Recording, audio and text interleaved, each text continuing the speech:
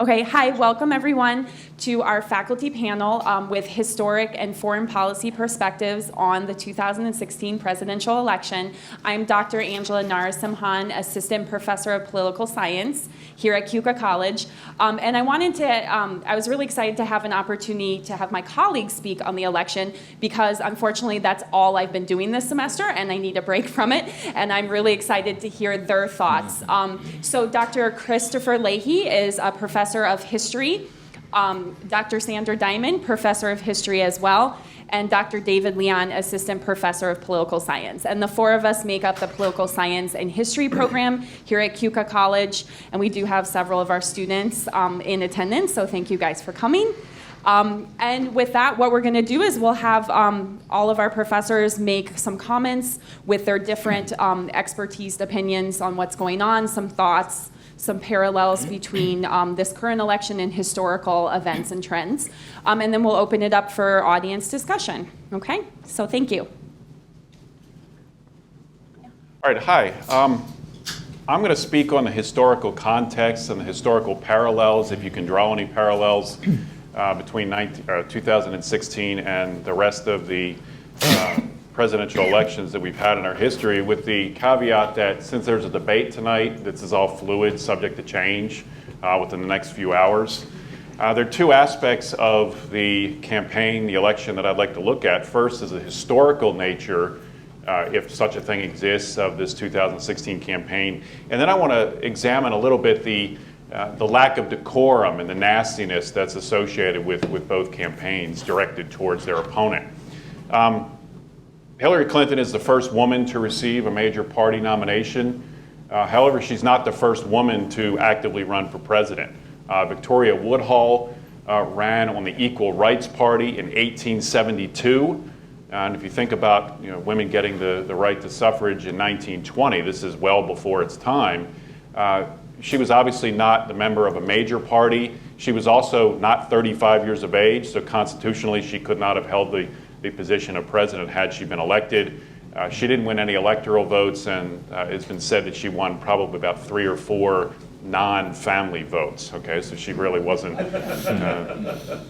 really in the race per se. U.S. Senator Margaret Chase Smith from Maine ran for the Republican nomination in 1964. Barry Goldwater won the nomination that year, and Shirley Chisholm, Congresswoman Shirley Chisholm from New York, ran for the Democratic nomination in 1972, the year that George McGovern won the nomination. The other historic aspect of this campaign that's been talked about is the fact that we have a complete outsider, political outsider, running for the office of president, Donald Trump being the outsider, obviously. And this isn't exactly true. I haven't heard his name mentioned once this campaign, but Wendell Willkie actually ran against Franklin Roosevelt in 1940. He won the Republican nomination in 1940. And like Trump, he was a one-time Democrat, had really straddled both parties at one point, was actually a utility company executive who the Republicans tapped to try to unseat FDR as FDR was running for his third term. Another aspect of this historical nature is the unprecedented withdrawal of support by the Republicans for their nominee, Donald Trump, particularly in the last couple of weeks with the allegations of Trump's sexual misconduct. A lot of prominent Republicans have backed off from endorsing him. They have disavowed his actions. And this is relatively unprecedented, although most people don't remember that in 1932, the Democratic National Committee actually had a Stop Franklin Roosevelt movement. And this was actually within the Democratic Committee. Obviously, he was able to surmount that and win the nomination of the Democrats in 1932. There's an unprecedented use of the media and technology in this campaign as well, which is only going to continue to accelerate as we go. Every 4 years, social media technology takes on a more prominent role in the campaign, and I definitely expect this to continue. Donald Trump is also running, at least partially, on a campaign to fix a rigged system. In fact, one of his major appeals is to people who believe that the system is rigged. They have a voice with Donald Trump, And there is a historical parallel to this in that in 1828, Andrew Jackson ran for president as the first ever Democratic candidate with a promise to reform the political system. So there is some precedent for this that hasn't really received much attention. As far as the nastiness and lack of decorum in the campaign, I think there are two previous historical campaigns that come to mind when you're taking this into account. The first is the 1800 campaign between the incumbent John Adams and the challenger Thomas Jefferson. Adams and Jefferson were attacked mercilessly in the newspapers. Jefferson was called a Jacobin for his support for France, a libertine unfit for the office, immoral and godless. They even claimed that Thomas Jefferson, if elected, would confiscate people's Bibles from their homes. And one of my favorite political quotes comes from a Federalist congressman, and he said that if Jefferson was elected, there is scarcely a possibility that we shall escape a civil war. Murder, robbery, rape, adultery, and incest will be openly taught and practiced. The air will be rent with cries of distress. The soil will be soaked with blood, and the nation black with crimes. Okay, this is pretty extreme stuff.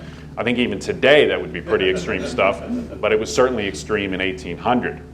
Adams was charged with being mad, being insane, a monarchist, a warmonger. He was criticized for signing the repressive Alien and Sedition Acts into law in 1898. And James Callender, who would later accuse Thomas Jefferson of fathering slave children with Sally Hemings, assailed Adams as, quote, a hideous hermaphroditical character which has neither the force or firmness of a man nor the gentleness and sensibility of a woman.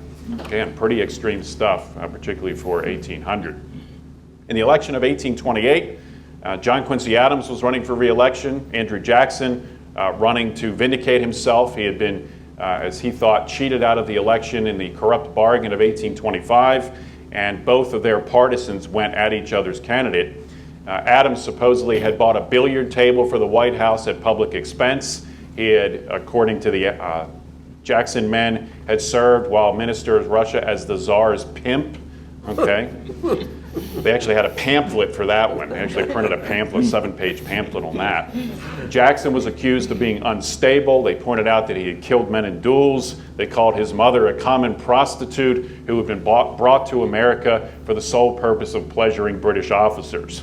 And of course, probably the biggest scandal of that campaign in 1828 involved Jackson and his wife. Jackson's wife had not been legally divorced from her first husband before they got married, and one of the Adams partisans said, ought a convicted adulteress and her paramour husband to be placed in the highest office of this free and Christian land?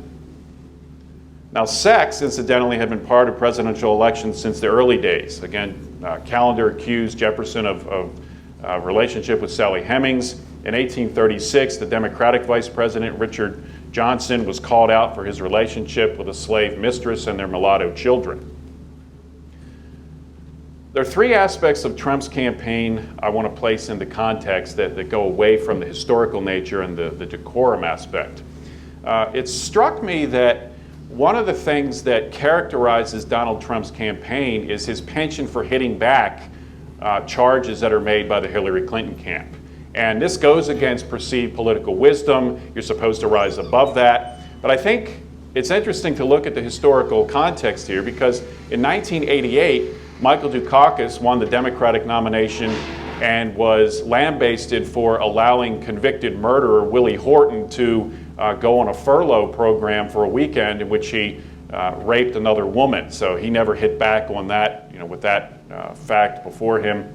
John Kerry in 2004 ran as the Democratic nominee. The Swift Boat Veterans for Truth called into question the veracity of his military service. He didn't hit back for that. And more recently, the last election, 2012, Mitt Romney faced charges. One of the charges was that he had actually contributed to killing someone's grandmother.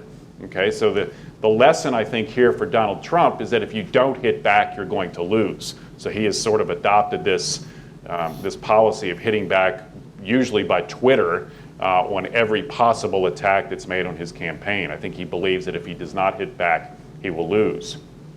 Another aspect of his campaign is the endorsement by Ted Cruz for Donald Trump. And it calls to mind the election of 1800 when Alexander Hamilton, who hated Thomas Jefferson, used his influence to help Jefferson get elected when the election went to the House of Representatives, rather than see Aaron Burr win the presidency. So the concept of whom he hated more was certainly at play there.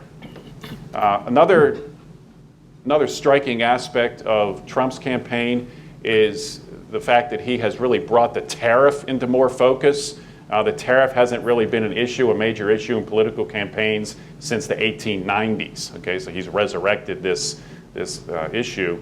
And I want to conclude today just with a little known, less cared for fact that this presidential election will give us another president who was born in the 1940s, which means that the 1950s is the only decade that we don't have somebody who's been born in to be president. So just a little food for thought. So thank you.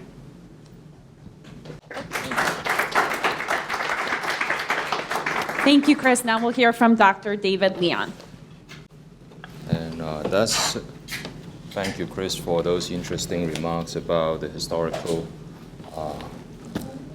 nature of the current presidential election. And I'm going to take a look at this from a more foreign policy perspective. And as I mentioned to my students, it has been quite a disappointment as far as watching the presidential debates is concerned, because there isn't, frankly, very much foreign policy content in them. Most of the time when foreign policy is touched on, if at all, most of it is restricted to "we'll destroy ISIS" and a few other platitudes and general remarks that anybody could have uttered without much forethought. Some of the things that have been remarked upon by the candidates and also as espoused by them on their official policy agendas, though, I think are worth considering, because there are a lot of important issues, even just in the realm of foreign policy, let alone education, welfare, so on and so forth. So you have trade issues, as Dr. Leahy mentioned. The question of tariff has surfaced again, which is important, especially as both candidates now voice their opposition to free trade agreements, NAFTA in particular, but also the more recent TPP, the Trans-Pacific Partnership, basically an extension of a free trade area to the Pacific area.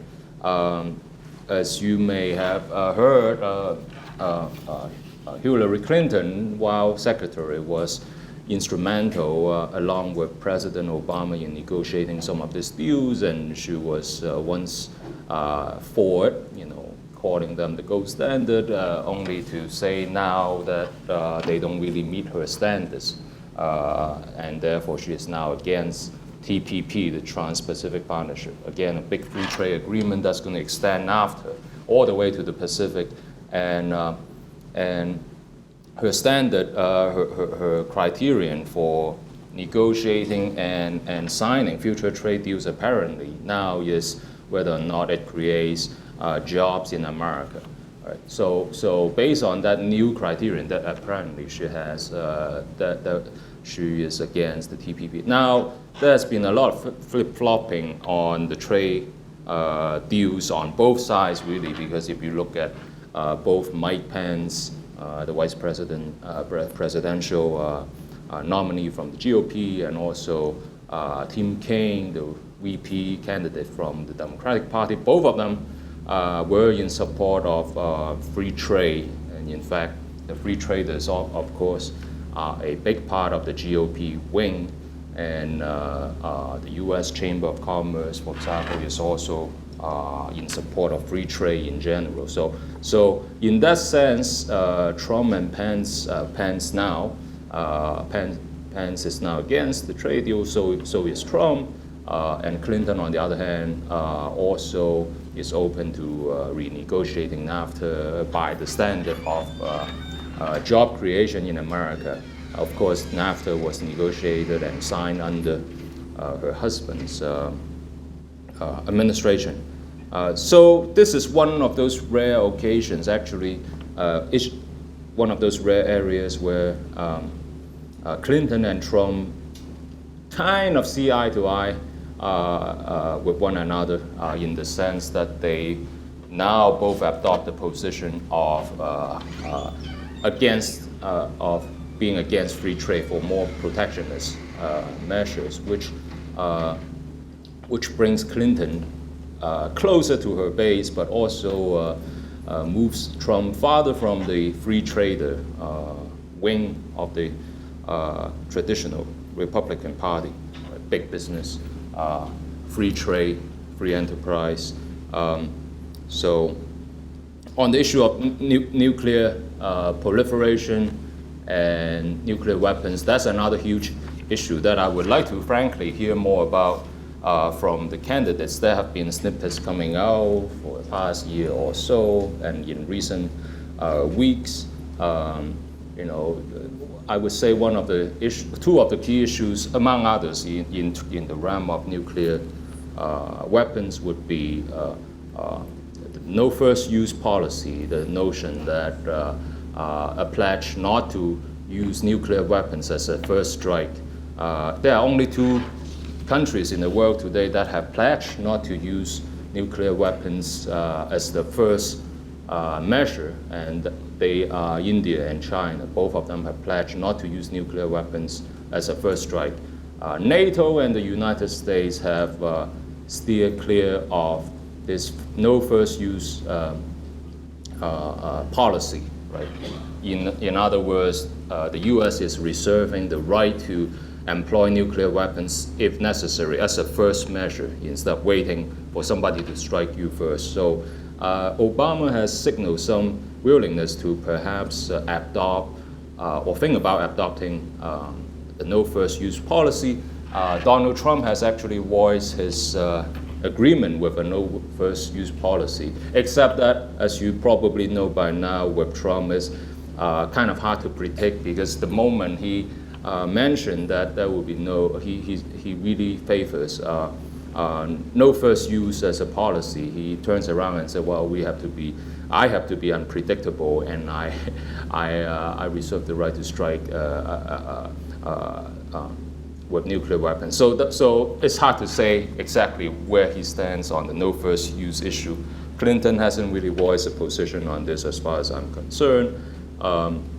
Another issue, of course, is missile defense, because missile defense is tied to a lot of other things, because this no first use issue and also the nuclear deterrence and second strike capabilities. These are all things that are tied together, because the fear has traditionally been that if somebody were to strike you first and take out most of your nuclear capability and arsenal, then you wouldn't be able to fight back in a second strike. Then the nation employing the first strike would have preemptive strike capability and advantage. Now, with the U.S. also in earnest in developing missile defense systems, regional and national defense systems, and tactical missile defense systems, ballistic missile defense systems, this is eroding some of the nuclear strike capabilities that some of these other nuclear powers have.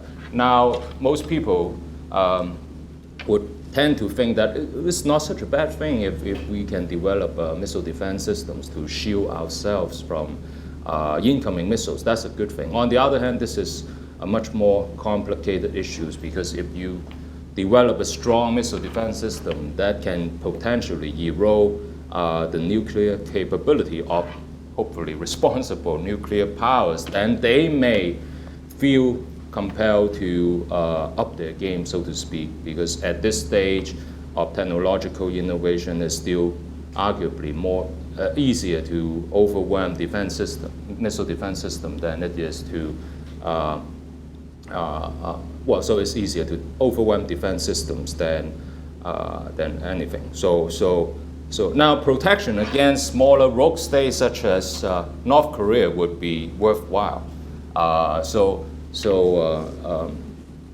missile defense is something that we should think about, and and working with allies will be critical, because a lot of these early warning systems, because we are talking about very complicated systems, sea-based, land-based, space-based detection, as well as tracking, as well as interception, all of those would require the location and installation of facilities all over the world, including in friendly nations, territories, Eastern Europe and East Asia. So maintaining strong relations with those allies would be a prerequisite to installing any of this and improving any of these missile defense systems. And so far, other than the vague notion that we should improve our missile defense systems, I haven't heard much from the presidential candidates. And as I mentioned, Trump did mention something about the no first use policy, but again, then he contradicted himself. And so, frankly, I'm not sure where he stands on this. That's no word from Clinton on the no first use. But another critical thing in foreign policy, I think, is occupation and ground troops. As you probably have heard by now, a major operation is underway by the Iraqi government against the ISIS forces ensconced in Mosul, a very critical northern town of Iraq, oil-rich. That's how the ISIS forces have funded their operations in the past two years that they have held the town. And as you may have heard, Secretary Clinton has vowed never, ever to have ground troops in Iraq. That's a very strong statement, and she repeated it a few times.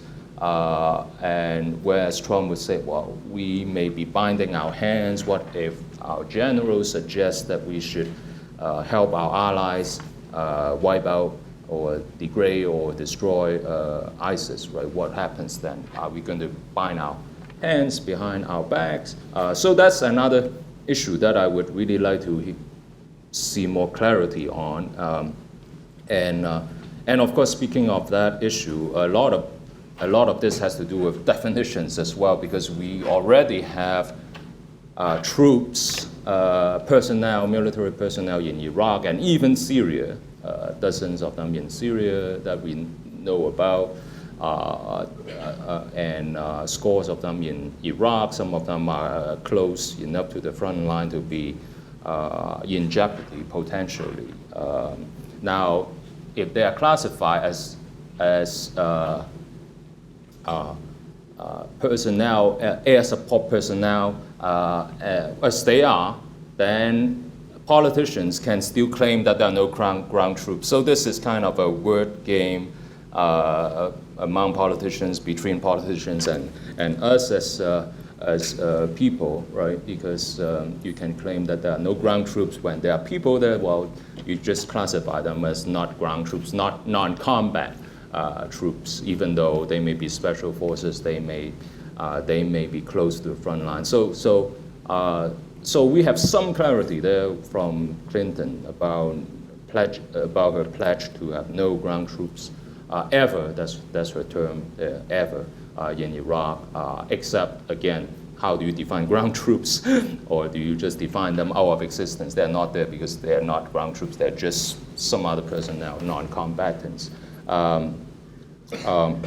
So there have been many issues. One last thing I want to raise very quickly is energy policy, which is of course related to occupation in foreign lands. One of the key reasons would be to have greater control over areas on which we rely for our energy sources. And as you might have heard, Donald Trump is very open to opening up all the resources and that are at our disposal, but including clean coal and so on, whereas Clinton is much more. So we have many important issues. I am just scratching the surface here, but I'm afraid some of the issues haven't even been scratched much at all in the debates. That's the unfortunate fact of this election, I think. So that will conclude. Thank you, David. I also have to. Thank you. course I have to say something here, but I completely agree, and it's very troubling and somewhat ironic is the fact that the domestic presidency is very limited in its powers, and especially given increasing polarization in Congress, we have no idea if this president is actually going to be able to achieve a domestic policy agenda, and yet that's primarily what they talk about, and foreign policy we've heard very little, and yet the president has extremely broad authority in the sphere of foreign policy, extra constitutional across the board, and yet we as voters don't hold them accountable to that. And I will recall having the third debate tonight, the third debate between Romney and Obama. After two very tense debates on domestic policy, Romney essentially was like, I agree with everything that President Obama has done abroad. And so again, it's a bit of an uncomfortable tension for democracy, I would argue. So Dr. Diamond, we'd love to hear from you. Thank you for coming. Thank you, David. Let me begin, before I get into foreign policy, to express something I feel very deeply. As an American, I'm so deeply concerned about this election because of its sleaziness. I'm concerned because an election and the exercise of our democratic rights is usually a reasonably good time in American history. This is the most bitter and acrimonious election probably in the 20th century. Maybe we had some of it with Teddy Roosevelt 104 years ago. I'm concerned also that the magma that has been belched out of the underside of our society will not go away after the election. The big surprise tonight is Trump has invited Obama's half-brother. So I suspect, well, I don't know, to the debate, I suspect, though I don't know, that it might resurrect the whole Bertha issue to remind the public that he's not a legitimate president. I'm also concerned that the issues concerning race will become more protracted, seeing swastikas at rallies.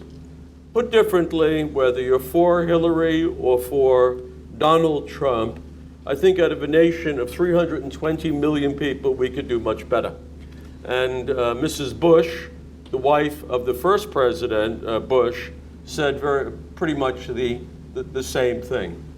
And I hope, I don't want to repeat myself, in the election of 1932 with FDR, correct me if I'm wrong, Chris, there was an attempt to assassinate President at the convention, FDR. And he didn't take the bullet, but Mayor Cermak of Chicago was killed. And Huey Long, if some of you remember, Huey Long down in Louisiana was killed by an Austrian refugee, a Dr. Weiss. So this is a very difficult time for the nation, on top of all of the other things that we're dealing with in terms of ethnicity and race and multiculturalism. This is not a particularly healing moment in the history of a very great nation. So I'm very concerned about this. Now let me get to foreign policy. And because most of you know I'm a talker, I brought a handout. Wouldn't be me without a handout. The major tenets of American foreign policy are I've tried to distillate them down to 5, and you could speak for hours on each of them. And somehow the candidates cross lines in all of these, but what I've listed, and Chris can comment later on, is an isolationist impulse in American foreign policy, which guided us through nearly all of the 20th century. And after we brought our last boys home from Europe, on September 19th, 1919, the last ship arrived with our troops from Europe. We withdrew into the cocoon of isolationism, which helped pave the way for the coming of the Second World War. There is an isolationist tendency, and it has raised its head in campaigns before, less so in this campaign, but that has to be factored in. Second, what the German Chancellor Bismarck called Realpolitik, the realities of politics, a German word which entered the English language, also has been a factor in American foreign policy. David said, Trump said, and Trump changes his mind on a daily basis, that we'll pick and choose where we want to go. I would say that a practitioner of realpolitik was Teddy Roosevelt. We'll pick and choose what we want to do, but we will still stay aloof from world affairs. The third, and this has been, I think, one of the most important ones, questioned by Trump, which has been the hallmark of American foreign policy since the end of the Second World War. At the end of the Second World War, during the Second World War, FDR wanted to correct the mistakes made in the interwar period. We might have avoided a war had we followed Wilson's idealism on the one hand, his pursuit of human rights and the League of Nations. And this is kind of a Wilsonian aspect of American foreign policy, which we find most certainly in every president since 1945. I don't think, Chris, correct me if I'm wrong, that the parties have been that different. Once in office, there has been a common ground, and this interest in human rights, looking back, the support of the embargo against South Africa and against Iran with oil and human rights in South America has been part and parcel of American foreign policy. This has, as we'll see in a moment, been questioned by Donald. Fourthly is America as the world's policeman. The hard reality is we are the world's policeman. I don't know where the world would be without the United States of America. In the two world wars, the outcomes would have been much, much different, as you well know. And being the world's policeman is very, very expensive. And many other countries have lived under our umbrella. And the treaty obligations are enormously complicated. I took a quick peek at the New York Times just before I came over to the corner room a few minutes ago, and that's one of the lead stories, that many things that are being said in this campaign are just not workable. You just don't get out of treaties. You know, Britain voted to leave the European Union. You just don't just say, well, we're not in the European Union anymore. It doesn't work that way. And we're being sold a bill of goods. And finally, Obama has redirected much of American foreign policy.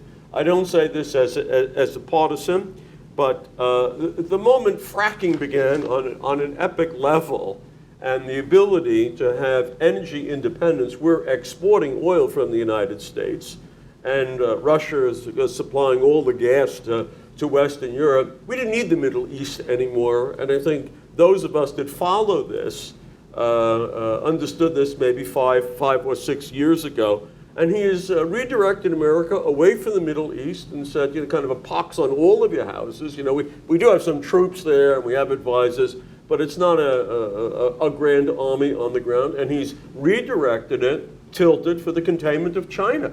This has been a major change in American foreign policy. There's another aspect to Obama. I think Obama's probably a very nice person. I would like to meet Obama. In fact, someone from Keuka Park met Obama.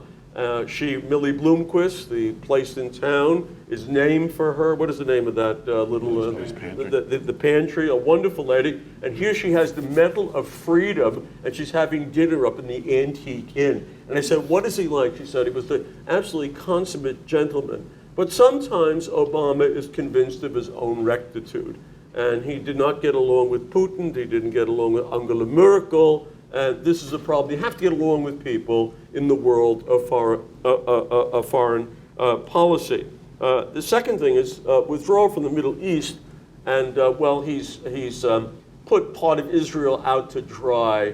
I think with regard to Israel, he's in the same stream as President Clinton was, that a country that is smaller than New Jersey is telling the United States what to do. I mean, that's realpolitik. Israel is only 8,200 square miles, and they're bossing the United States around. But his parting shot was to give Israel $38 billion over the next 10 years. And finally, with Obama, this alienation from Russia, the last thing we want is to resurrect the Cold War. I don't think there's any outstanding issues between the United States and Russia that can't be amended.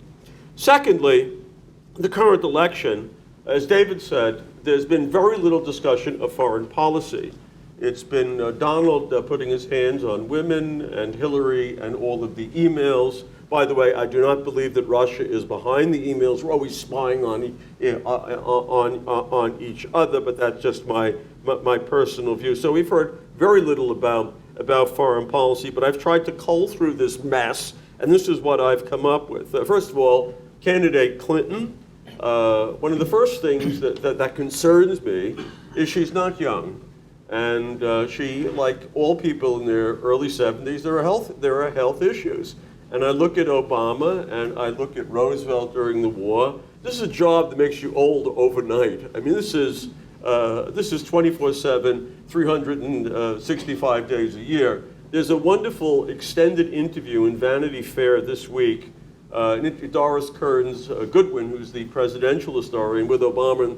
The lead thing is that he's going to sleep for 2 weeks the minute he leaves the White House. This must be absolutely exhausted. So I think in my mind, if there's a major crisis, what I think Hillary has going for her is, number one, she is the former Secretary of State and First Lady and knows a lot of people, so she basically knows the rules of the road.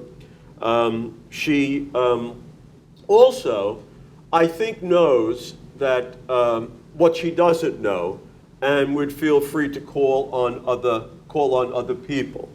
And her credo is the continuation of the path set by Obama. I don't think if she's elected, that she really wants to preserve the Obama legacy. She wants to preserve the Hillary legacy, just the way Bill wants to preserve the Bill legacy and wants to be on her own. Donald. I think I understand Donald. I come from Manhattan. Reminds me a little bit of Henny Youngman, the comedian years ago, or a New York City taxi driver. He's an enormously successful builder. I saw a program narrated the other night by Gloria Borger on CNN. I didn't realize how successful he was. He's enormously successful. And I also know that these builders use other people's money. They never lose a dime in any of this. No builder ever loses a dime in New York City. But what concerns me is he has absolutely no experience in foreign policy. So you might say to me, well, other people had no experience. Barack Obama had absolutely no experience in foreign policy. He came out of Chicago, he was a street organizer. He got elected to the Senate and spent 2 years running for the presidency. But I think he might have been, I just don't know, savvy enough to understand you can't be the president of the world being a talented amateur. He brought in a lot of smart people. Obama, a lot of corporate types are not used to asking for opinion. That is a big concern of mine that I'm going to tell you. His credo is make America great again. So there are two very contrasting points of view that I think as you think through your voting and the future of this wonderful and great nation, one is that America is a great nation, and it's not in a free fall. The other is America's in a free fall, and we have to prevent the free fall. This is Nye up at Harvard University. So this is pretty much Obama. Now, very briefly, because I'll talk the bark off a tree. What does Hillary have to say? I just list these things. Number one, to support our current treaty obligations, NATO and Europe, and the full support of the European Union. David got a little into tariffs, and I won't get into atomic policy. Second, to rebuild our frayed ties with Israel, which, given the mess in the Middle East, they're always arguing they're the only democracy in the Middle East. I think democracy in the Middle East, I don't want to offend anyone, is like someone said about Poland. Communism in Poland was like putting a saddle on a cow. I think in much of the Middle East, putting democracy in the Middle East with the failure of the Arab Spring is like putting a big saddle on a camel, but to rebuild our ties with Israel. She will, I think, continue to be an advocate for human rights.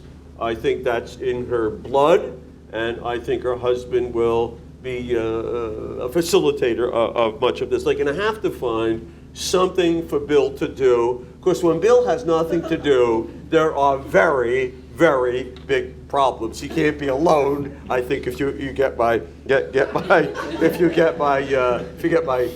drift. I think she's going to avoid a revival of the Cold War with Russia. By the way, Donald said he wants to go and meet Putin if he's elected before the inauguration. That, I don't think, would be completely unprecedented, but it isn't done. On the other hand, Obama, who wasn't elected yet, wanted to meet Angela Merkel and speak at the Brandenburg Gate, and she told him very nicely, only presidents speak at the Brandenburg Gate, i.e. JFK and Ronald Reagan.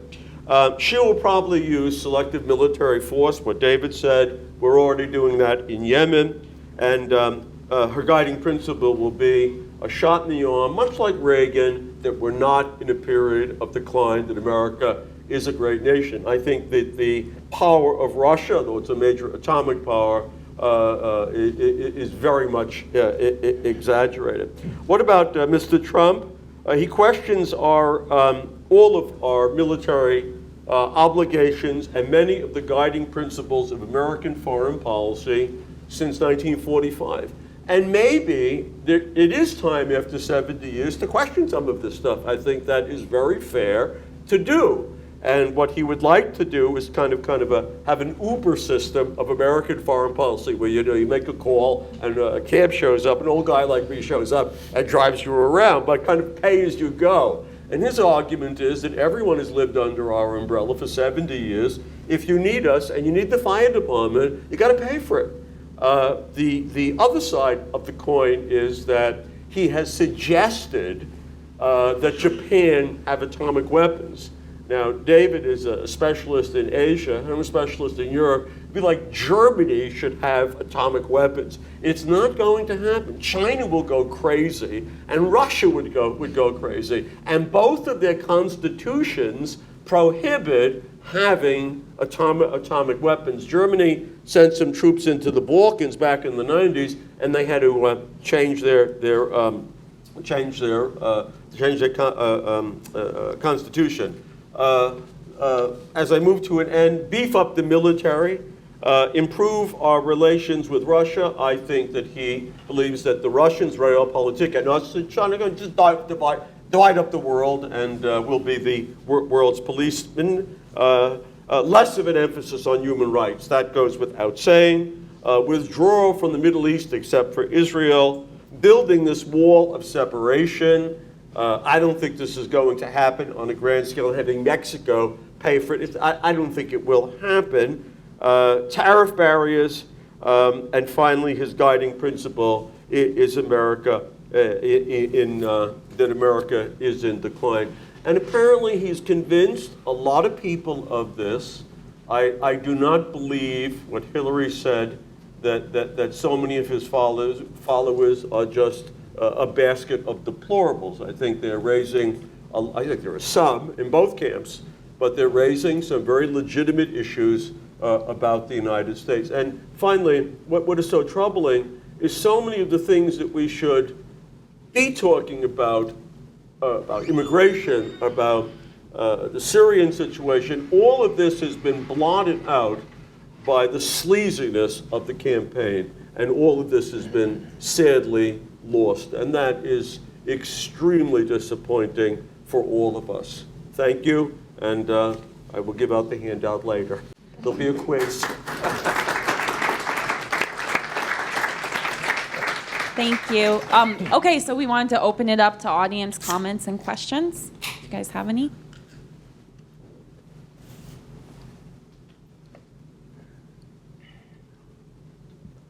So first, thank you to all three speakers for bringing a lot of, if not clarity, at least focus on what we should be hearing and we're not, and I think that's really important. So I became a citizen of the United States 3 years ago, so this is the first time that I will get to vote in an American election. And I won't be in New York on Election Day, so I just sent my ballot off today. And when I showed up with my ballot to go in the mail, somebody said to me, well, I have heard that the mailmen are just ripping up mail-in ballots when they see them, which falls right into this whole deal about the rigged election. I wonder if one or more of you would just comment on the extent to which American presidential elections are subject to being rigged, what it would take to make that happen, and whether that's a fear that we should have. I'll take that. There have been studies done of voter fraud. Universities have done studies on voter fraud and found that it's infinitesimal. I mean, there is very little chance that a presidential election in particular could be swayed by illegal voting. That being said, I think Trump's conception of a rigged election speaks to a larger problem of the rigged aspect of our politics in general. He's speaking his message is to people who feel like they've been left out of the system, who feel like the media has portrayed both candidates in a light that might not necessarily be accurate portrayals. So that notion of the rigged election definitely speaks to what Trump believes is a larger systemic problem with politics rather than just the election itself. I don't really fear that the election itself will be rigged. Perhaps I'm being naive, and this is 2016, and pretty much every conventional wisdom has gone out the window. But I think that the work that has been done, the research that has been done on things like voter fraud, has shown that we have a pretty good, pretty solid system of making sure something like that won't happen. So my mail-in ballot should get there. Well, I can't imagine found it. I can't imagine a mailman committing mail fraud. Newman. Yeah, Newman might. So hopefully you'll be okay. I think it has little to do with a rigged election. Of the Loyola University study of 1 billion votes cast, in the past 10 years, only 31 were found to be fraudulent. I think it has to do with Trump setting up a situation to delegitimize Hillary's presidency, to say the whole damn thing was rigged, and this is no different than the Bertha issue, and to continue this acrimonious situation into the future. This fellow created Fox. It was ousted because of sexual impropriety, according to the Washington Post. Is planning to set up with Trump and Trump's son-in-law, Kushner, their own television network to continue this. It's also frightening people. Now, I don't believe everything I read, especially in some of the mainline newspapers, but in some of the major cities where the African-American vote is absolutely essential to Hillary. Look, when you go drive down in Pennsylvania, it's Philadelphia and Pittsburgh, that's it. That a lot of African Americans are being frightened, if you can believe these reports, for fear that people of the hard right, it's a handful of people, will really try to intimidate them into not voting. And that's a very serious thing. Finally, Paul, our democracy works because we trust in the system. When Kennedy was shot, Johnson sworn in on the plane. When Nixon's thrown out on his rear end, that's it. He walks out, and we have a new president. This is not healthy for a democracy at all. And while we had some of this with Nast and people like that in the 19th century, I just hope that our students who have never experienced this and maybe never voted don't believe that this is the norm in America.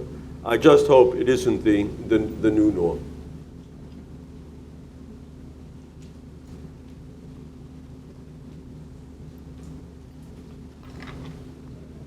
Thank you.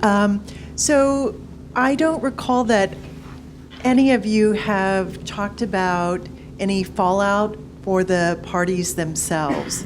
We've seen a dramatic schism happen in the Republican Party, and I'm not quite sure that the Democratic Party has will survive this unscathed as well. So I wonder if you could give us your opinions about the after effects of this election on the parties. I've actually thought that Bernie Sanders and Donald Trump were running third-party candidacies, third-party campaigns within the structure of the two-party system. There's definitely a Bernie segment of the Democratic Party that is bitter about the way that he lost with the superdelegates, the way that he lost the nomination. And with the Republicans, I think most Republicans are assuming / hoping that Trump will lose and they could get back to business as usual in 2020. I think you see a lot of the players in the Republican Party like Paul Ryan and Ted Cruz who are positioning themselves for 2020, almost just want to put this behind them as a bad nightmare. But I think there will be some fallout for both parties. I'd be surprised if Trump loses. I will be surprised if the fallout lasts for much longer than the election season. This is, the GOP will survive. Trump used the GOP as a vehicle for a movement, which is about Trump. And I agree with Chris that this will simmer down. The Democratic Party has always been a raucous party. It's always been this way. There's always been a Bernie around. It will survive, and the GOP will survive Trump. He's just not going to go away. That's the problem. And I think, Chris, there's the possibility he could go off on his own. He's not going to run again, but they would try, because there's a lot of people who voted for him, 16 million people. That's just in primary. That's a hell of a lot of people, and they're not going away. And if you look at their faces in these rallies, they believe in much of the propriety of what he says. And I hope if she wins, that she's not dismissive of these people. Many of these complaints are legitimate.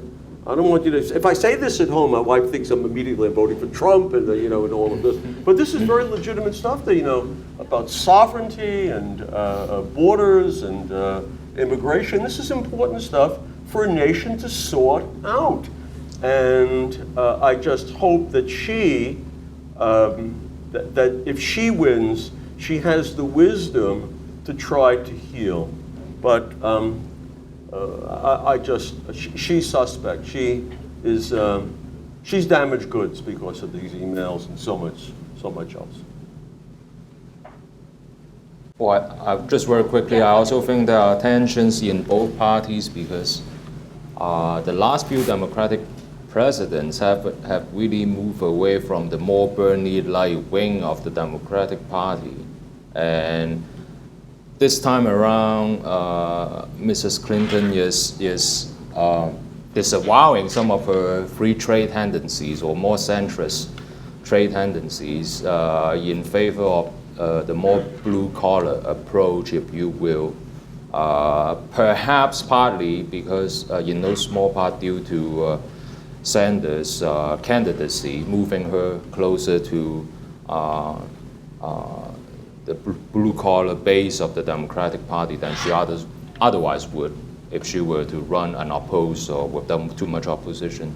I think tensions are also in the GOP as well. I think they would both survive this, the parties, but there are certainly tensions because you have big commercial interests within the GOP and also other the National Association for Manufacturers. They are a big trade group and they are certainly for free trade, and I'm not so sure that they are so happy about Trump's populist talk about protectionism and so on. So there are those tensions within the GOP as well on the trade issue and other things, obviously. So how they will need to work out those things, although those tensions have in a way always existed, but so I don't think they will be insurmountable, but certainly something that they need to work through and work with. Could I just add a footnote, Ange? There's something you should watch tonight. I hope you watched the debate. In the first debate, 82 million people watched the debate. In the second debate, it dropped to 59 million people. And if it drops more tonight, I think that's very significant. Trump's followers will vote. And many people, I think, are very turned off by the whole thing and say, well, the hell with it, a pox on all of your houses. So I think the numbers tonight might be revealing. I think on the one hand, it depends on what hour of the day it is. She could win by a landslide, or this thing could go in another direction. We don't know what's going to come out of WikiLeaks. You could have a bombshell. Ange.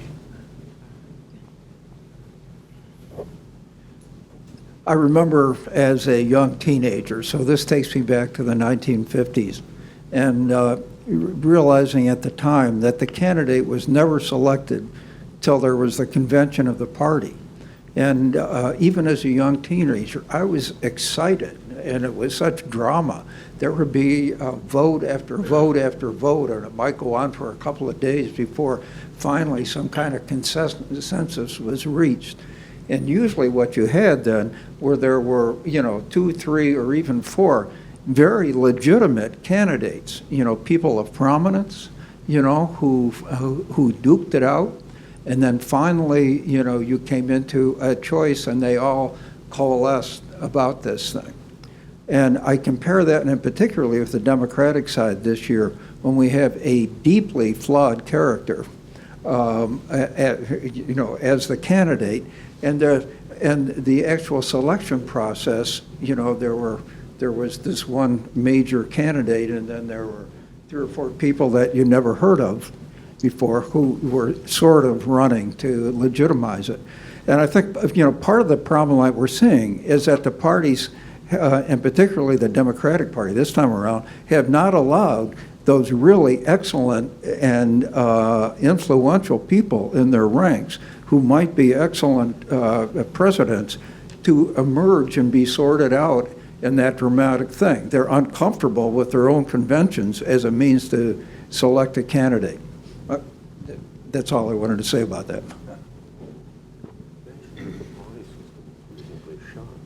Yeah, I tend to agree with you. Obviously, you have the other extreme with the Republicans, where you had 17 candidates of varying talents, I will say, vying for the nomination that Donald Trump eventually won.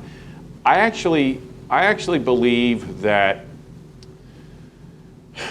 I believe that there are a lot of Democrats who believe Hillary Clinton was owed the nomination. And I also believe that Hillary Clinton believes that she was owed the nomination. And I think that dynamic hasn't really been analyzed in any great way. I certainly think that dynamic played a part in it. You had other candidates who, Martin O'Malley, the governor of Maryland, was in for about 4 days. They never came to the table in the manner like you would say, back in the 50s with the Republicans, with Eisenhower and Taft, and people who were really genuine heavyweights within the party. But I definitely think there was a dynamic there with Secretary Clinton that we've never seen before. There hadn't been anything like that, and I definitely think that played a part in putting her at the top early on. And of course, the superdelegates played a role in that as well. But I definitely agree with you. I mean, we are well past the days when there's any drama of the convention in terms of who the nominee is going to be.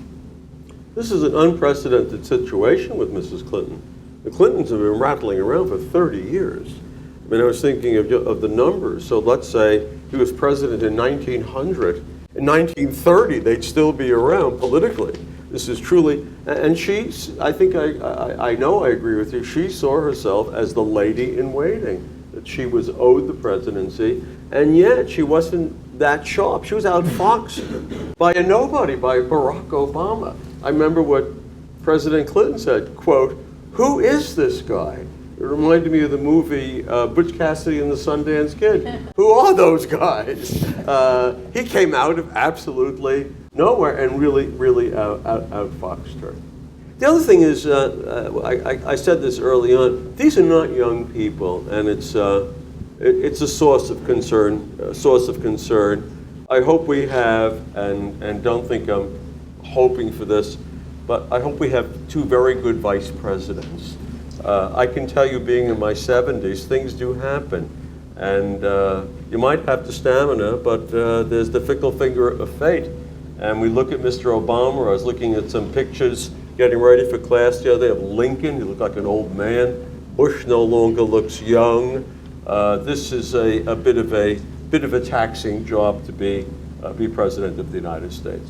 Yeah, if Trump gets elected, he will be the oldest 71, president we've ever right? had. 71. He'll be 5 months older than Ronald Reagan was. So, Really? like you said, yeah. Was it Adams, the other one who was very old? One of the Adamses?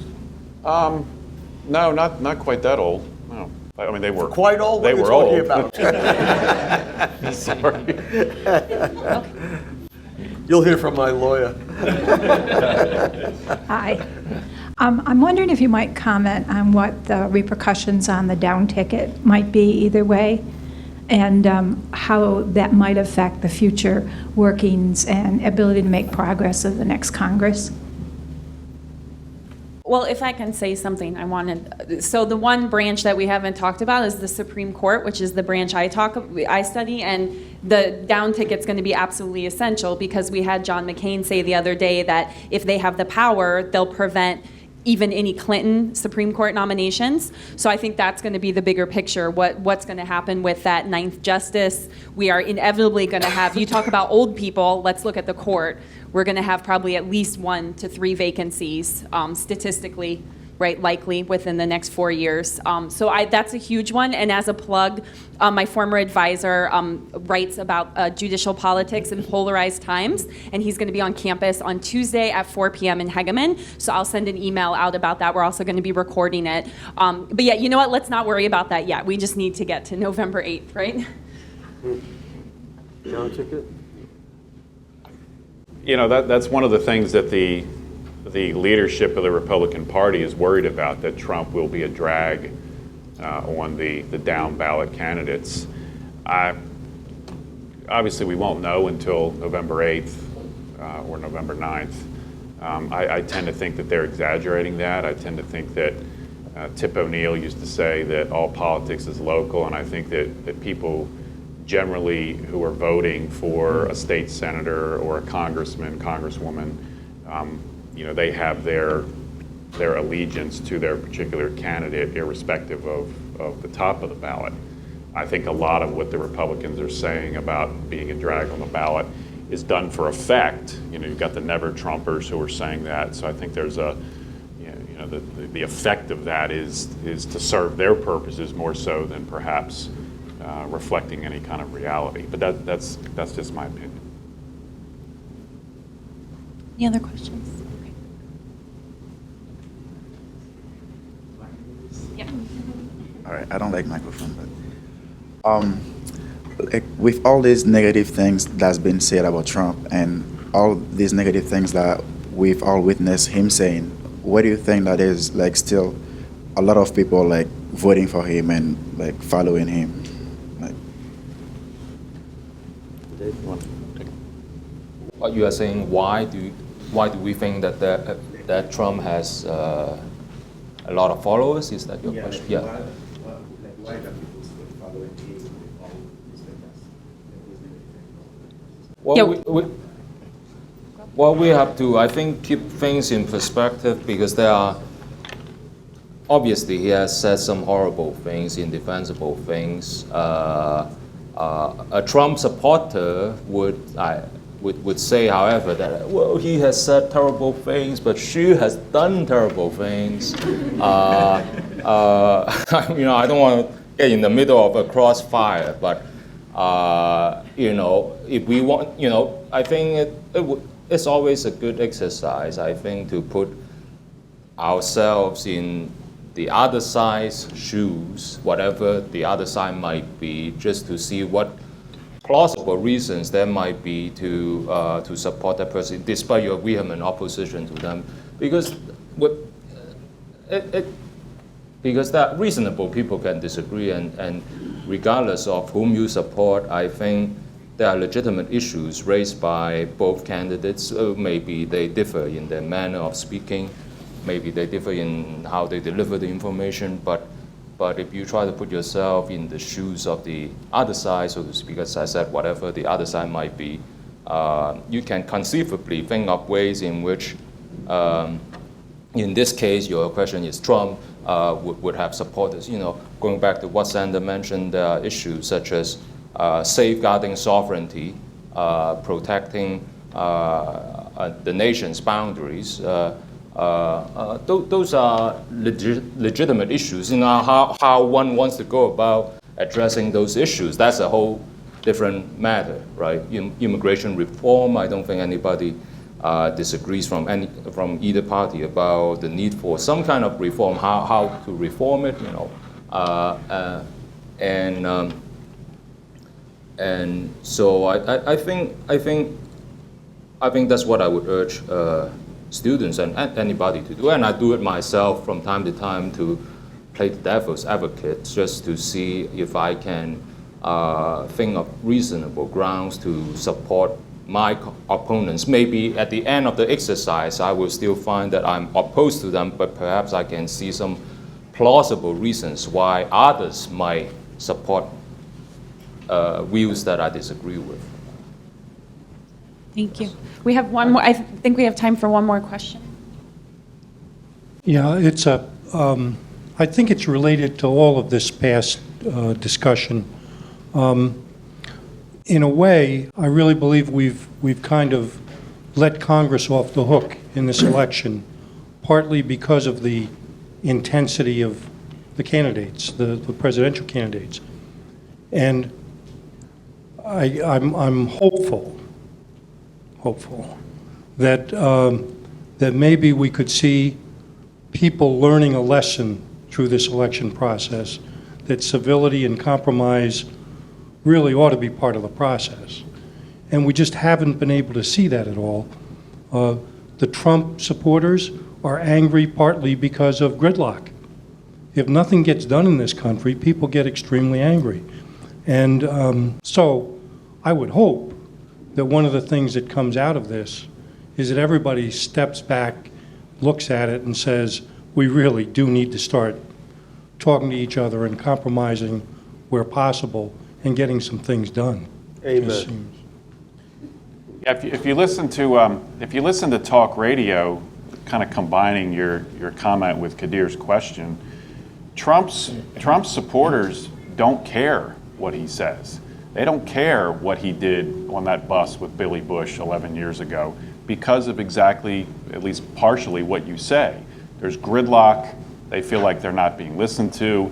Whatever their particular animus directed toward the system, here's a guy who's come in and said he's going to break up the system. And that is a very appealing populist rhetoric that speaks to a lot of people. And listening to talk radio, not that I would recommend making a habit of that, it can drive you kind of nuts, but these people, they do not care about any of the comments. They don't care about how crude the campaign has gotten. They don't care about anything Trump has said in the past. And David pointed out that the mantra now is, well, he's said some bad things, she's done some bad things. They see it as the bigger picture is more important than anything that Trump might say, might have said in locker room fashion, as he put it. So I think they believe that he speaks to them as an anti-establishment, blow up the system kind of guy, and that's become more important to them than anything else. I mean, Trump won more votes in the Republican primary process than anybody ever in history. Of course, he's also lost more votes in the Republican primary than anybody in history. So there is a real grassroots element to this that I think reflects the anti-establishment of his campaign. This listening element is, I know Angela wants us to bring this to close. Give me one more second. I think there are a lot of people in America who feel they've been passed over.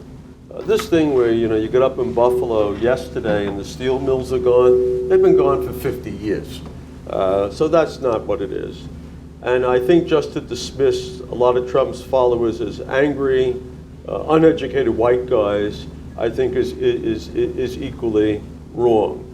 I think what many people are asking is about immigration policy, about, David used the word sovereignty. that we don't even know how many people live in the United States anymore. That seems incomprehensible. This whole PC thing is a very serious thing. It's enveloped most colleges and universities, microaggressions and all of this stuff. A lot of people are very angry over this. It's not that they're angry that people want a voice. It's angry that if you say anything, no one's going to listen, and you're just dismissed as a fascist or something like this. These are very serious allegations against people. And it's like air going into a balloon. All of this, I think, and correct me if I'm wrong, Chris and David, I think even if you didn't have Trump, a lot of this would have come up in the election. I think it's very real. I think it's very, what's the word I'm looking for, palpable. And I think, I just hope that somehow whoever comes into the White House can begin to address some of this, because it'll only get much worse. There's an angst in America. You know, to listen to Trump, you drive around the United States, doesn't seem like we're going down the tubes. Things look pretty good, but people are very, very angry. And the anger is over nothing specific. It's just you're not being heard. And it's tied in with the Black Lives Matter. All of this, at some level, is tied in. And that's all I have to say, because the chief will get annoyed at us. I have these for you before you leave to pick one up. Thank you. Okay.